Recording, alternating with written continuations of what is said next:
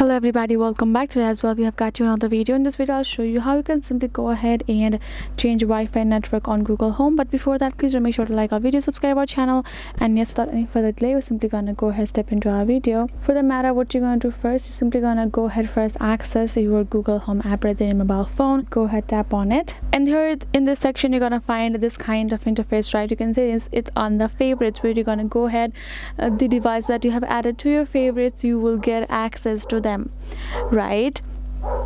Afterwards, you're gonna go ahead tap on this devices, where you will find all of the devices that are connected with you.